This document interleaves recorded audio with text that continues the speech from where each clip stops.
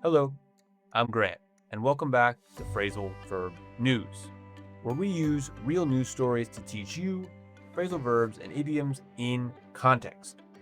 First, I'll explain the story in English, and then I'll break down today's phrasal verbs with examples. Y como siempre, voy a dar la traducción al español y un ejemplo para que quede más claro. Let's get started. Today's episode is about the peace talks held this week between Putin and Trump in Alaska and between Zelensky, Trump, and a few other European leaders in Washington, D.C. We'll talk briefly about each meeting and what the results were. First, let's talk about Alaska. The Alaska summit was the first time Putin had traveled to a Western country since the war in Ukraine began. Trump called the talks proactive, but no ceasefire was agreed to. In fact, Trump seemed to pivot away from his earlier demands for an immediate ceasefire and sanctions on Russia. Instead, he focused on negotiating a long term peace deal, possibly involving Ukrainian territorial concessions.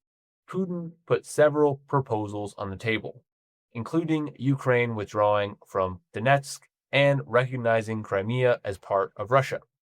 He also spoke a bit of English, saying, "Next time, Moscow," at the end of the meeting. Critics say Trump's softer stance played into Putin's hand and could weaken Ukraine's position. Just a few days later, Trump hosted Zelensky and several European leaders at the White House. This was a hastily arranged emergency style meeting. Diplomats even said European leaders ripped up their schedules to attend, all because they didn't want to be sidelined from the talks. The main focus was security guarantees for Ukraine. Trump surprised many by saying he wouldn't rule out sending U.S. troops as part of a future peace agreement. Trump also tried to set up a direct meeting between himself, Putin, and Zelensky, what he called a trilateral. He even paused the meeting to call Putin. But European leaders like Emmanuel Macron argued for a broader format, maybe a quadrilateral meeting, since the outcome affects all of Europe. On a lighter note, the atmosphere between Trump and Zelensky was much better and less tense compared to their last meeting in February. Zelensky repeatedly thanked Trump. He wore a suit instead of military fatigues, and he even delivered a letter from his wife to Melania Trump. Now, let's get into the vocab. I'll give you a couple examples and then ask you a question. If you can, try to pause the podcast and answer the question out loud or in your head. This will help you remember and actually be able to use this word in the future. First, we have be sidelined. This means to be excluded or pushed out of something important. For example, European leaders didn't want to be sidelined from the peace talks. She felt sidelined when the manager left her out of the project. En español es como quedar al margen o ser dejado de lado.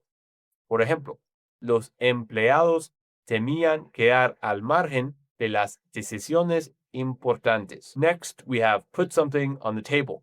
This is to make an offer or proposal during a negotiation. Putin put several proposals on the table during the Alaska summit. The company put a new salary package on the table during negotiations. En español es como poner algo sobre la mesa.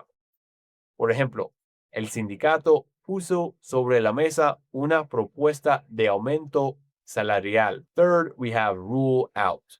This means to eliminate an option or possibility. Trump didn't rule out sending U.S. troops to Ukraine. We can't rule out expanding into Latin America next year. En español es descartar. Por ejemplo, la empresa no descarta abrir una oficina in Bogota. Next, we have pivot, to change direction or strategy. Trump pivoted from demanding a ceasefire to pursuing a full peace deal. The startup pivoted from selling hardware to offering software services. En español es cambiar de rumbo o dar un giro. Por ejemplo, la compañía tuvo que dar un giro en su estrategia de marketing. Finally, we have play into someone's hand. This is to do something that unintentionally benefits your opponent. Critics said Trump's softer stance played into Putin's hand. By raising prices too quickly, the airline played into its competitors' hands. En español es jugar a favor de alguien o facilitarle las cosas a alguien. Por ejemplo, la falta de innovación jugó a favor de la competencia. So to wrap up, Trump is shifting his strategy. Putin is putting bold proposals on the table. And European leaders are working hard not to be sidelined. The phrasal verbs and idioms here show how flexible English can be when talking about politics or business. So that's all for today's phrasal verb news. If you'd like to take your business English further, I do offer one-on-one and group classes for professionals of all industries. So send me an email at grant@businessasusualenglish.com. Muchas gracias por escuchar. Come back tomorrow for more English and more news.